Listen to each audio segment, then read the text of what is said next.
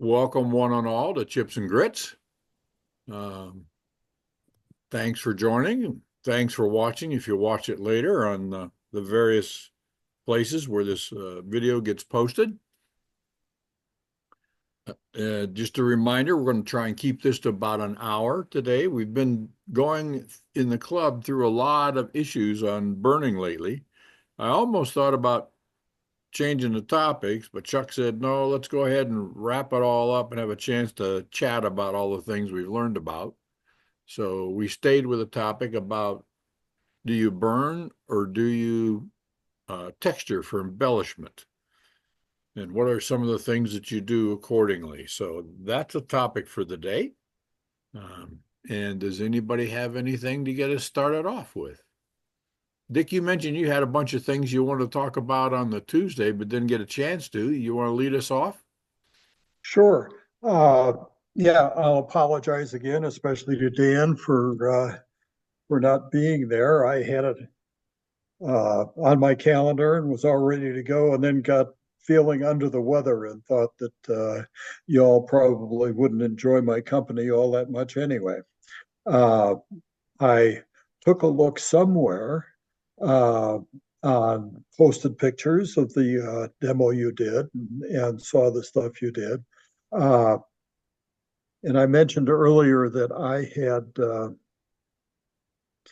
I'd taken some workshop with Jack Vesery, and so I got it from the horse's mouth, so to speak, even before probably Loren got it.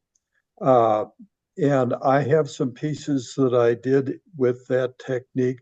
One is just a little one here. Uh, hmm. And it's a little cherry vessel, and the top and the bottom are done with the wood burner. Uh, and with this, I found that just burning all over and then not painting it black, but just using the scorch of the texture that the wood burner puts on it, just finishes up very nicely with just with the same final finish that I put on the cherry. So that's a thing that you can do, just an all over texture. And the other one that I did with that is more complicated. This is a piece that combines the uh, both the burning down at the bottom. You can see I use the same texture there, and just uh, let the color of the scorching be the dark, and let it get lighter at the edge, just to let it go. And the top is the same thing. Use the burning to texture the top and also to color it. And then the crabs, these are fiddler crabs. I do a lot of seashore things, and the fiddler crabs, uh, they were just carved with oh, what do you call that? Uh, with just the regular power carving, like the little Dremel, except a little fancier than that. And they were colored with acrylics, just acrylic paints. So yeah, that's what that looks like. I did that for an online gallery show quite a few years ago. And the other thing that I do, which is door number C, uh, is that I started as a wood carver. And I think you may have also, Dan. Uh, and so I actually uh, I used to do a lot of carving before I discovered electricity, uh, with palm gouges, with these little gouges like this. Flex Steel makes them, and they have a variety of profiles for the front. This is dished, and there's a V cut, if you can see that. Uh, and you just hold them in your hand, hold them in your palm like that, and just do that. And when you're carving, the other hand, I have a Kevlar glove on to be holding stuff. And so if you slip, you just kind of, you go into the finger of your Kevlar glove, and you don't cut yourself all up. Uh, there's a larger version of the carving tools. These are Swiss made, the Feel ones, and they're they can be used with both hands to carve like that. Or if you really want to wang away, you can use them with a mallet. Let's see, like that, and carve. And I've got a bunch of stuff that I that I carved that way. The first one I'll show, first of all, on the wig stands. When Heidi was giving the demo with the wig stands uh, for the club, she had done wig stands in the style of various club members, and I was honored to be one of those club members. And she did a wig stand that was painted blue with a goldfish on it, uh, as representative of something I might have done. And I think I know where she might have got the idea, because I've got an old carved bowl, which is kind of blue with yellow fish on it. And this is all hand carved with those palm gouges. And uh, I hand carved it. Then uh,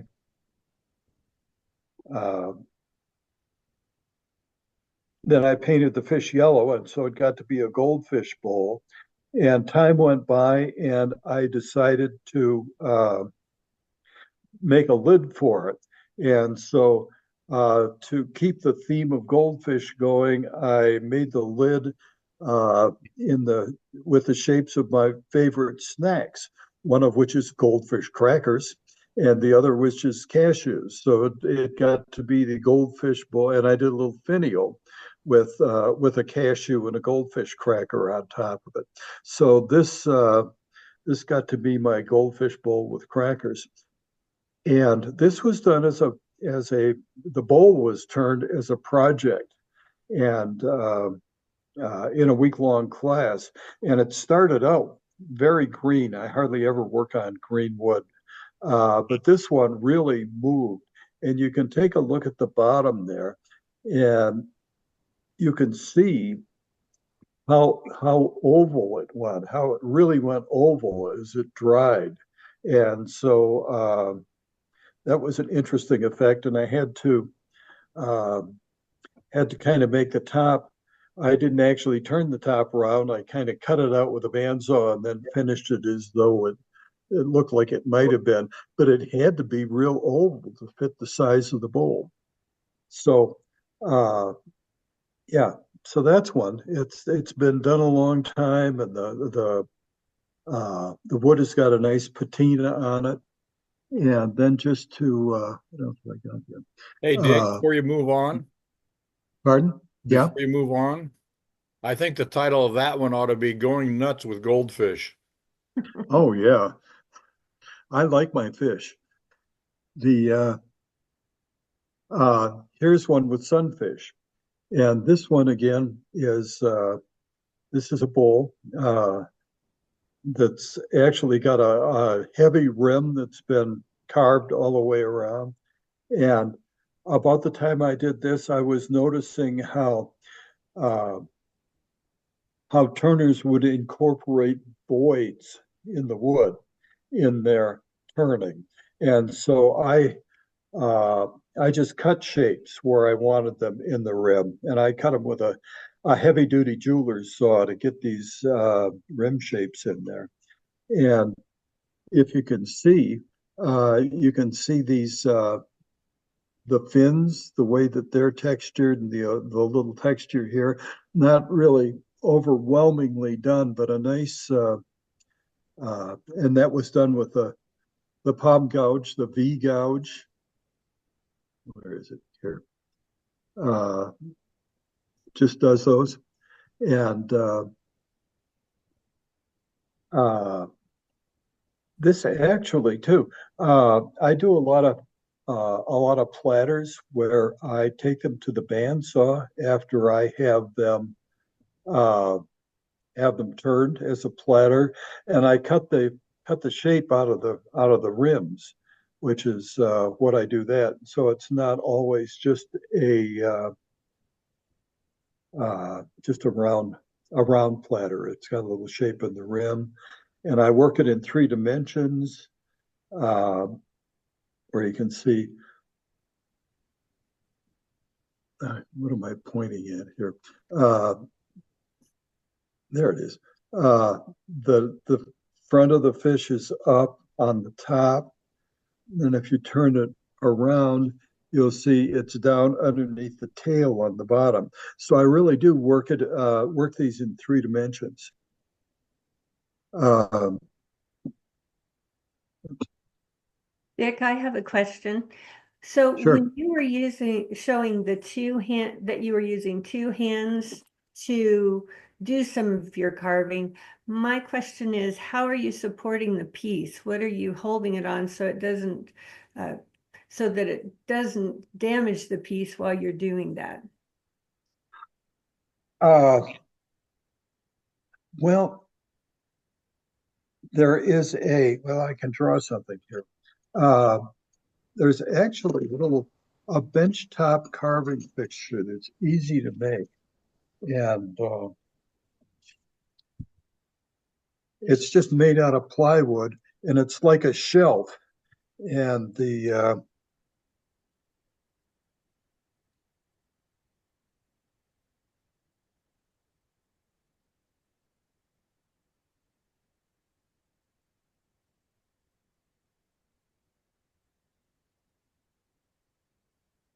and what you do is you put the carving on this. You put this on your carving bench, and it's got a back piece here, and you let the piece you're carving, say if it's a platter, just let the back piece here be the stop for the carving, and then it's got a piece on the front that overhangs the front of the bench. And so, and with this, you just kind of hold it with your offhand, and and you can turn it around and twist it and tip it and everything. And it's a real simple fixture, but it's really good for the purpose. Mhm. Thank you. And the last thing I've got here, I guess it's the last thing. Yeah, the last thing I've got here is one that was carved. Uh, this is an offset platter that was completely carved. And this one has a real nice, I'll try and rotate it, a real nice texture, because when you're carving with uh, with a gouge like this, the bottom of the gouge here is just finished off to practically a mirror finish, and that just dresses the wood so nicely. Uh, Gives it a nice sheen that you really can't get with power carving, because no matter how you work with the burrs, you still have an abrasive effect.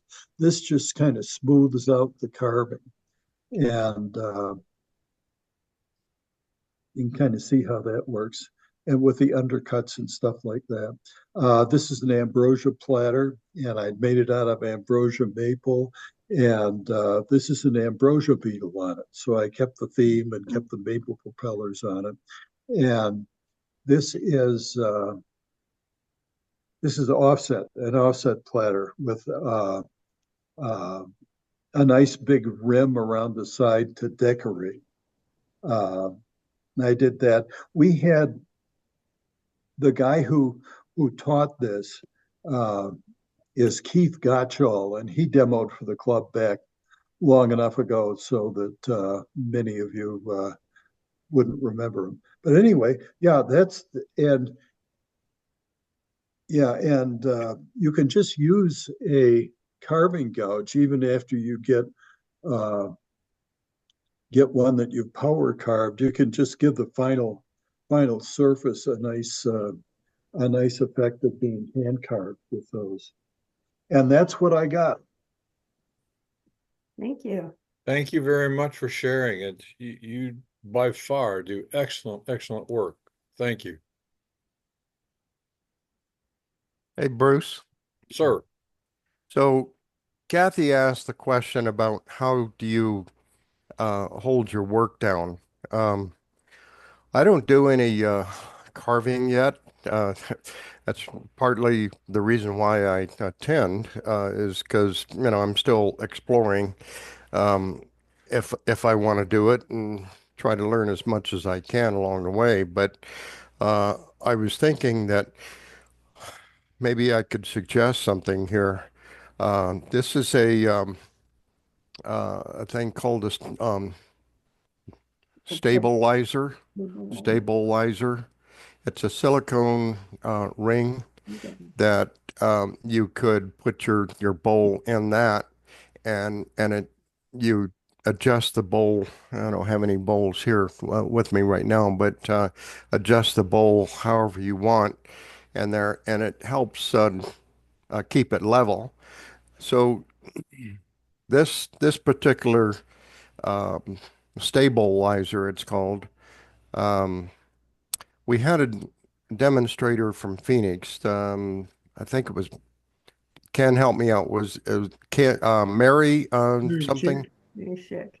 Yeah, and she had one of these, or at least told us about it. I got this on Amazon, and I don't remember what I paid for it. But the nice thing about it is cleans up very nicely. I use it for when I'm doing a resin pour or epoxy to help keep the bowl level, because it's sometimes difficult. The nice thing about it too is you have two sizes. Got this side, you can turn it over and use the other side, for a little bit smaller bowl. So um, I don't know. That just popped into my head, thinking maybe somebody might be interested in. Again, it's called Stay Bowlizer. If somebody's interested from Amazon. So that's my input. And Dan Thank has you. a question for us. Well, not a question, but I saw yours at your shop that time when I came over for a pour, and I bought one, and I've used it quite a bit for just holding the bowl, and it doesn't mar the bowl. On my workbench, if I'm holding it down tight, if it's a softwood, you'll pick it up, and there's a scratch or two from the bench. Well, that doesn't do it. The only thing I run into that it doesn't work with is I was drilling holes through a piece with the drill press, and I put it in there to keep it level. And as you push down, the whole thing just kept collapsing. And so it didn't work for that, but for everything else I've tried it with, a little wood carving, wood burning, it holds the stuff and it doesn't mar it. But it just crushed it right down when I tried to use the drill press. Right. Well, it wouldn't hold the bowl or any wood piece down solid, but it does give you the option to keep it level while you're working on it. So anyway, I just thought I'd share that little bit of information. Oh, I just looked it up and it's $28 on Amazon. Sounds about right. Yeah. Oh, it was worth it to me. There's been a lot of times when I was pouring resin, I couldn't keep the bowl, even if I put some kitchen towels or all the propping in the world just didn't seem to work right. So when I got this, it sure helped a lot. So When I am carving with the router or another tool, if at all possible, I leave the piece on the chuck and I can put the chuck in a vise on the workbench and do whatever I want to it, and it's not going anywhere. And then if there's still a rim on the bowl or a rim on the platter, that I can put it in I have those cold jaws or whatever they are. If you've got a vacuum chuck, then that wouldn't matter. But I leave it on the chuck leave it on the chuck until I'm done most of my carving.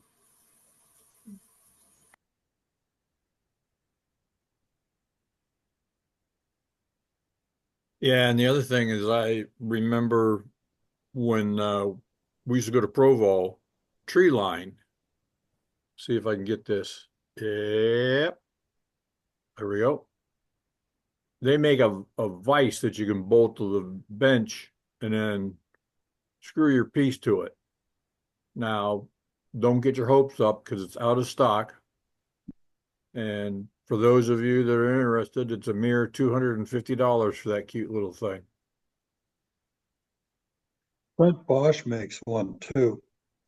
That's a pretty good solid vise. I've got one, I think it's from Lee Valley, that I use, and I use it the same way that Dan does.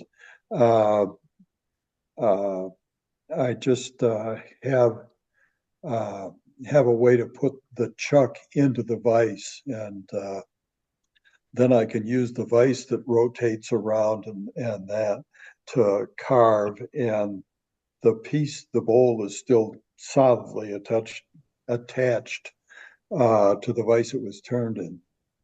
Yeah, I remember seeing one similar to that was kind of like on a gimbal that Yeah. you could mount on your Mhm. workbench.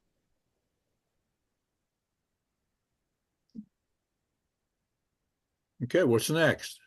Dan, you got anything to share with us this morning? You're pretty prolific in this sort of thing.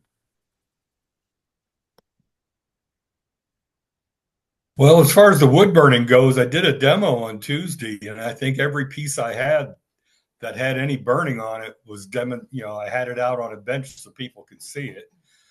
I don't know. Does anybody have any questions about anything that was done on Tuesday or Saturday?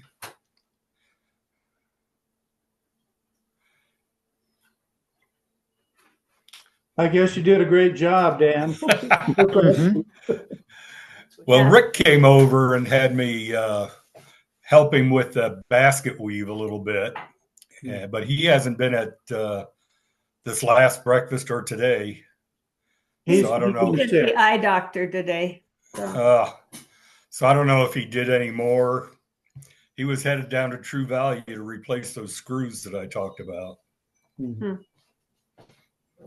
that's helpful. I think it was helpful to go to your demo and try a little bit of the burning. I haven't done a lot of texture burning, and it's a challenge to get the angles and follow the shape that you want and make sure that you're pushing in one area and not another. I think it's something that will take practice.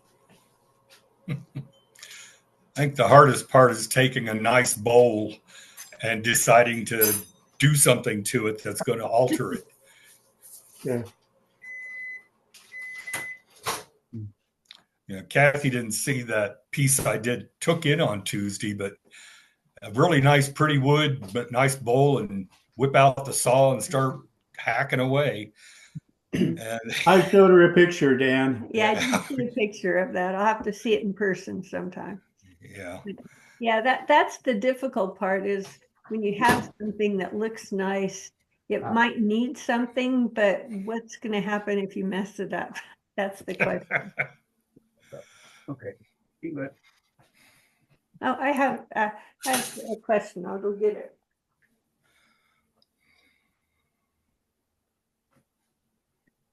While she's getting something else, let me share with you another kind of embellishing with wood burners. This is stippled. I outlined the maple leaves with a wood burner and then stippled everything around it. And the stippling is simply poking the wood with a wood burner with a rounded tip, either a ball tip or I forget the name of the other kind of standard tip. But one nice thing that I did with this is, I don't know how well it shows, but on the inside, you might see that this particular bowl had a number of small cracks. And what I use the wood burning for is to hide those cracks. I don't know if it shows up well enough on here, but I oriented this maple leaf so that the vein of the maple leaf runs right along the side of the crack. So it by doing the stippling and the leaf on here takes your eye away from the cracks that were in this bowl. So it's a way to hide some of the small cracks. Big cracks wouldn't work too well. But stippling is another way to use wood burning for embellishment. But nice. Okay, so when I was teaching the WIT ladies how to do some bowl turning using a technique I had learned from a friend who had studied with David Ellsworth, Chuck made some pieces for our WIT group, and he actually glued some oak pieces together so that we had bigger pieces to work with. Well, first of all, I have to thank Spence. He showed me how to turn in reverse.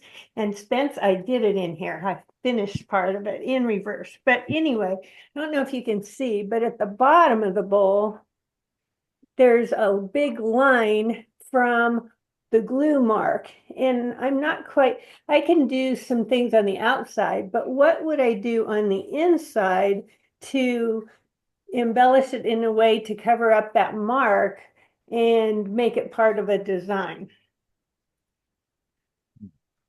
You're asking for suggestions. Suggestions, yes, suggestions. So if there's something on the inside, it's harder for me to imagine what I could do to make that less obvious. Whereas on the outside, I could do some other embellishment. It's the inside that I'm not quite sure what to work with.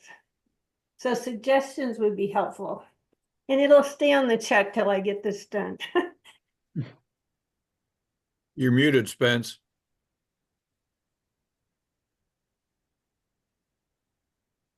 Kathy, how thick is the bottom? It's adequately thick for anything I'd want to do. I'm keeping it as a utility container. I'm keeping it pretty wide because I'm going to try a technique here that I haven't figured out yet. So I'm not going to tell what that part is, but I keeping it fairly thick at the moment. These are all laminated from one ply Yes. material. So as the bottom, the total bottom piece is 3/4 of an inch thick. Yeah. And of course, some of that's been turned away also. It still is on a tenon, so I have some working room too. What I would probably do is I would cut a 1/4 inch groove right around the seam, 1/8 inch on both sides, and then just either fill that with a particular, turquoise or any other kind of filling. If you wanted to be more artsy, you could take that same groove and with a dermal tool or something like that, instead of making it perfectly round, you could decorate it with the same pattern that you're using on the ring. Okay. Oh, well, that's an interesting idea. Okay. That's helpful. I usually leave the inside of the bowls just to the inside. I don't decorate it.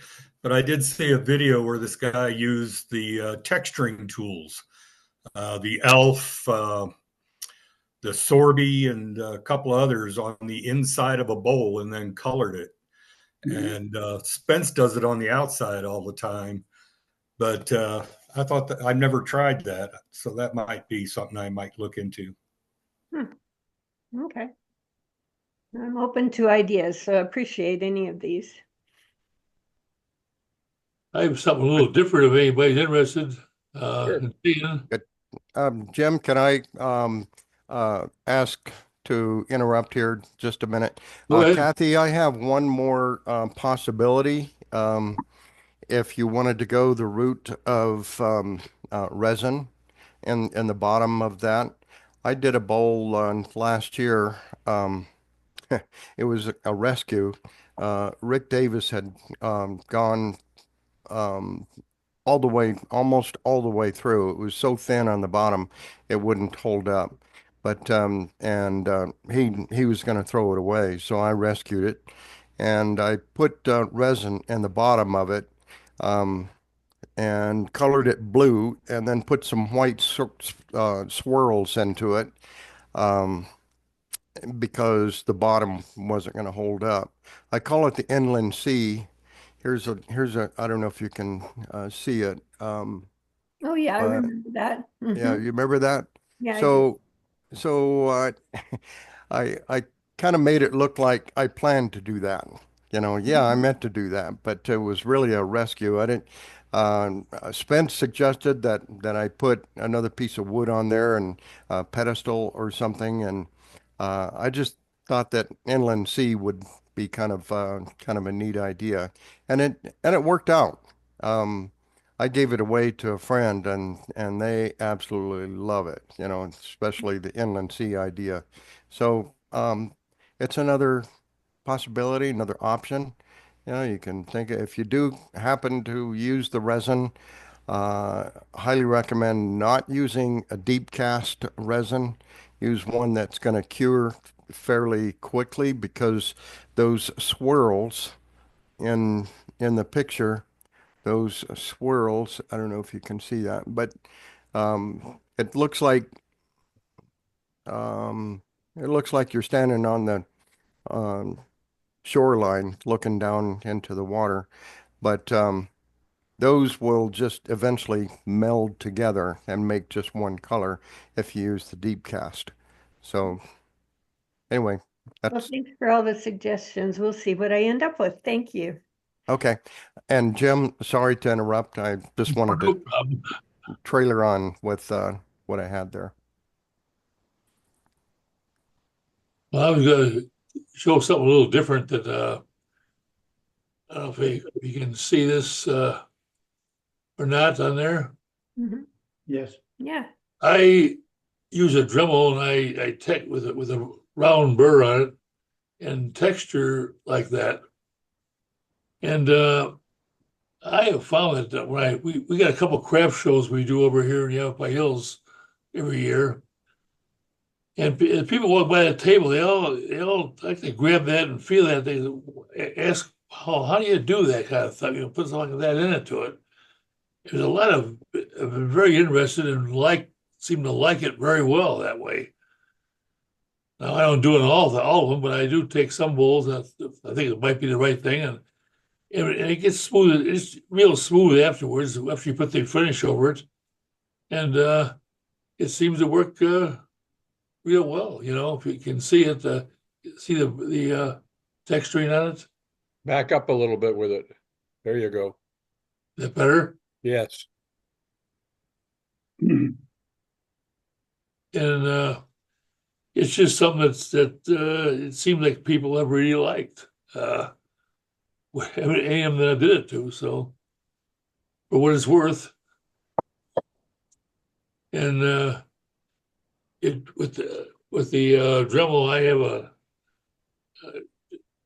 the flexible shaft with it, like a pen.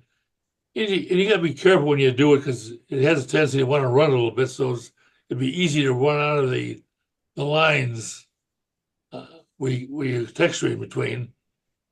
And make a mess of the bowl, but I've learned the hard way on that I'm very careful with it. But it just seems like people have really liked the look and feel of it. So, for what it's worth. Thank you.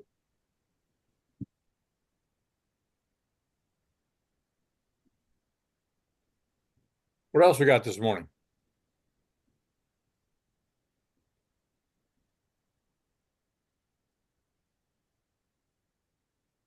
I do think we've learned a lot about texturing with the demo and then Dan's, so there may not be as much, but at the same time, we have come up with some new things today too. So I appreciate that you're doing it, Bruce. Thank you, everyone, for sharing your ideas. Oh, is that a wig stand I see coming? Oh, yeah.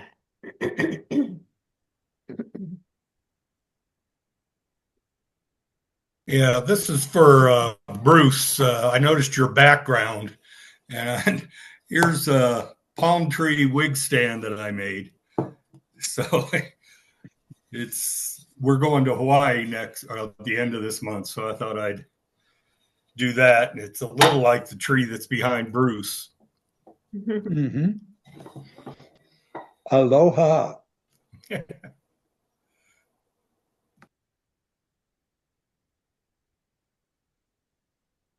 So Dan, with your wig stand there, is that a little island right there in the middle?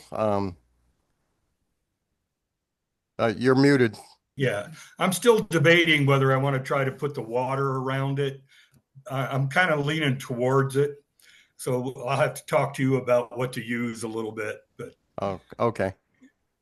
Yeah, you yeah. put a couple of people, tiny people there on the island. Maybe a barbecue or something. And I thought of coconuts, but that might be a little too suggestive. So yeah, yeah. Yeah, I'll putting the water around it just would top it off, I think. I think so too. I like your idea. Of course, the other thing you do is paint up a volleyball, Yeah. put it there so you have something to talk to. Yeah.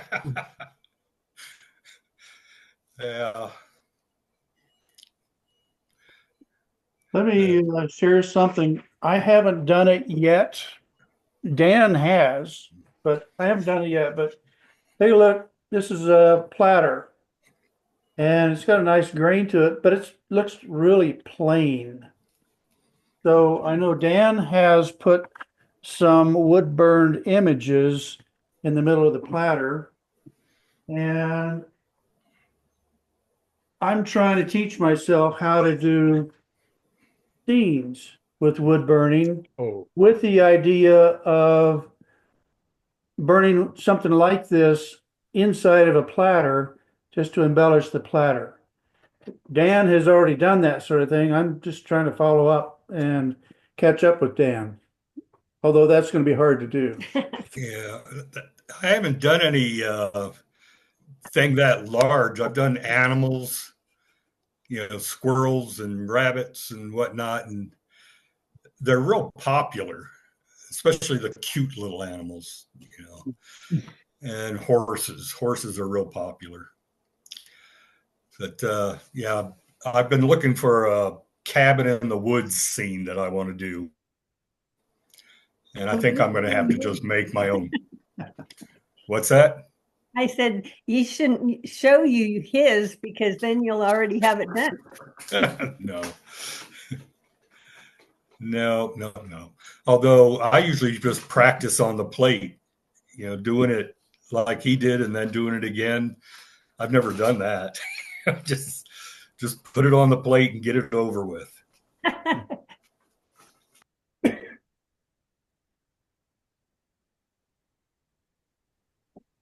Dan, do you start with a picture when you're starting to do something like that? Yeah, I do. I get them out of coloring books. Just Google what you want, and you just need the basic outline, and then you just kind of fill it in. And yeah, it takes a while, and you have to stare at it a few times trying to figure out what you want to do. But yeah, I can't freehand a picture like that. I have to trace it. I do that too, and I find that I've got a whole collection of coloring books with pictures of flowers and little animals and stuff. Very nice because the coloring books are just line drawings, and it's real easy to follow along when you're wood burning.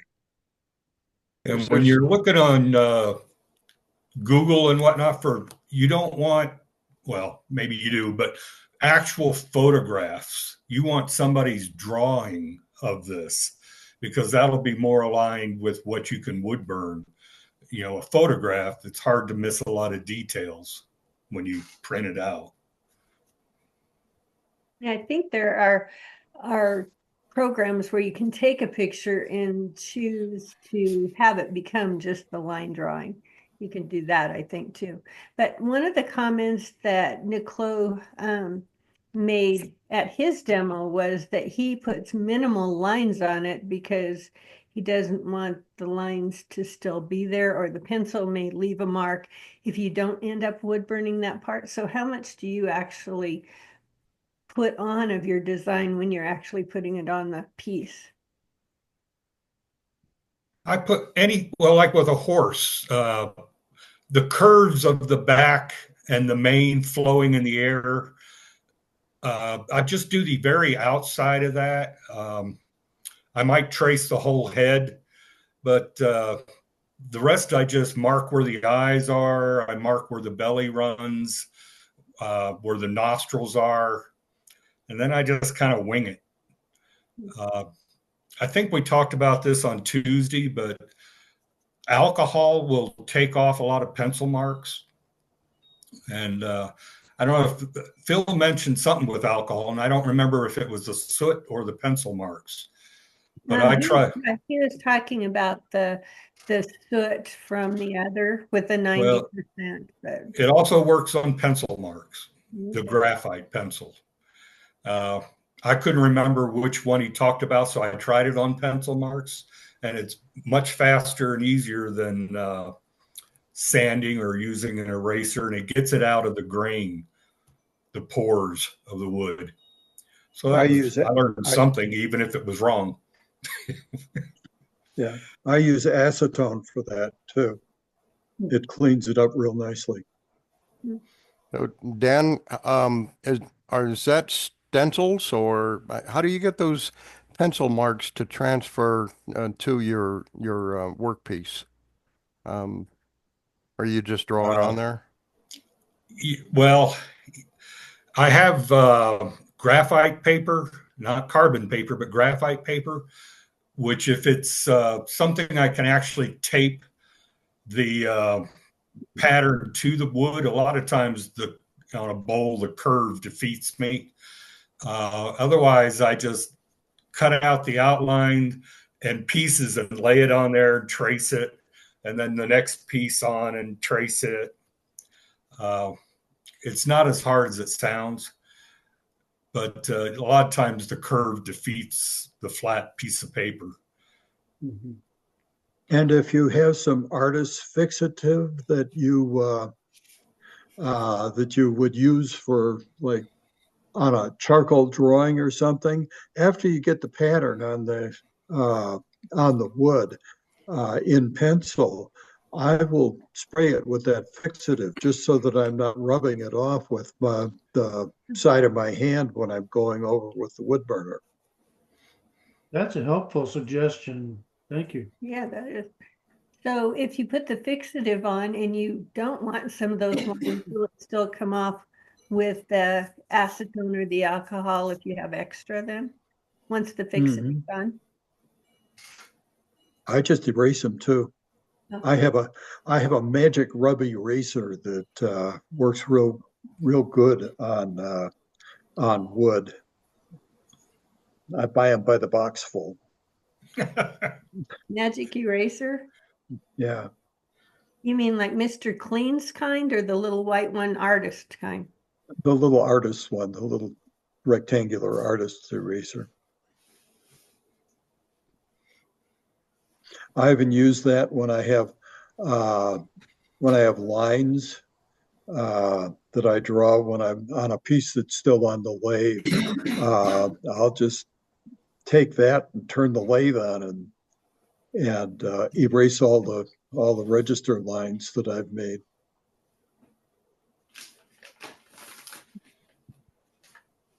I thought of doing that. We have a lot of Pretty good. clever people in our club, I think.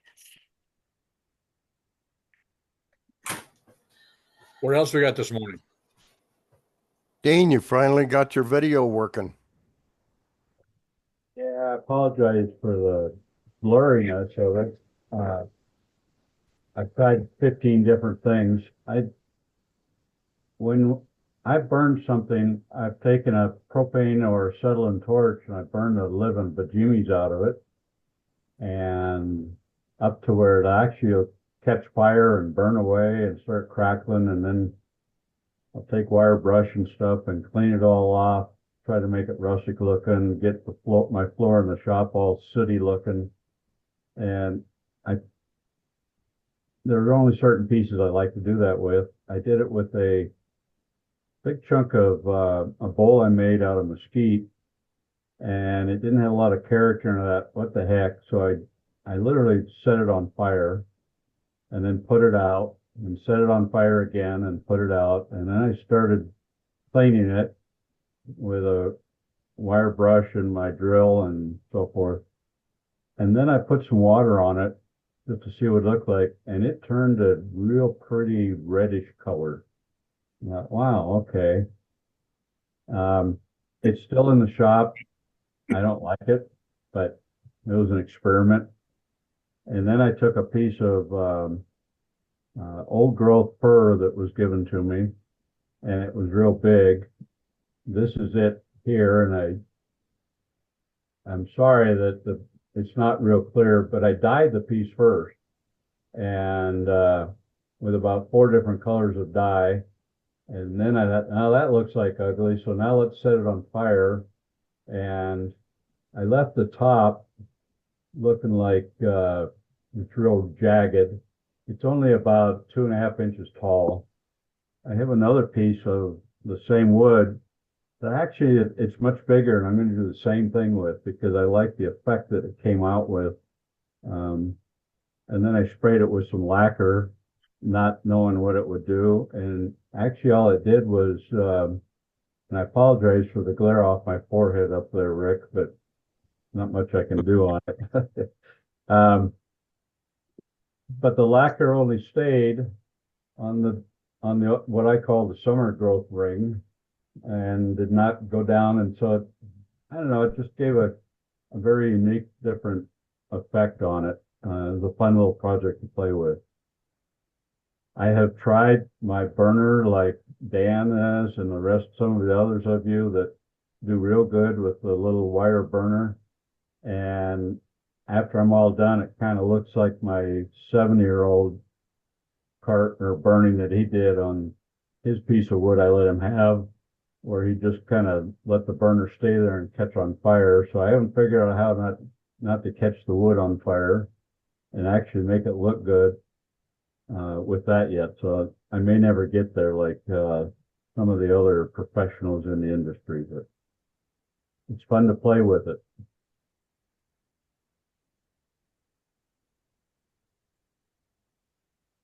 Thanks for sharing that.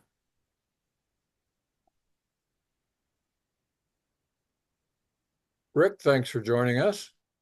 I'm sorry I'm a little late, guys. I had to go to the eye doctor this morning. So I can see. Can you see me now? Glare's blinding me. Yeah. And we see you too.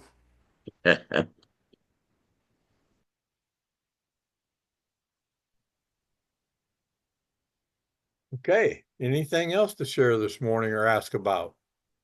What did I miss? I'll You'll see it watch in the video. I'll watch it again. I'd like to comment, Kathy, good job on the news article.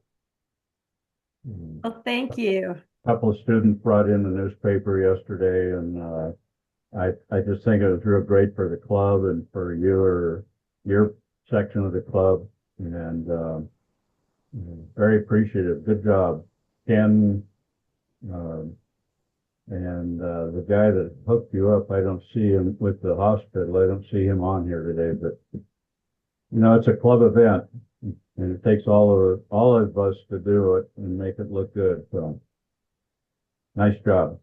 Well, thank you. And Yeah, I thank was you for impressed how you got everybody for the everybody credit for tying into the project too. That was a very good job, and I'm sure that was intentional in your plan. We're Yeah, good to get Prescott area Woodturners out into the public like that. That's well done.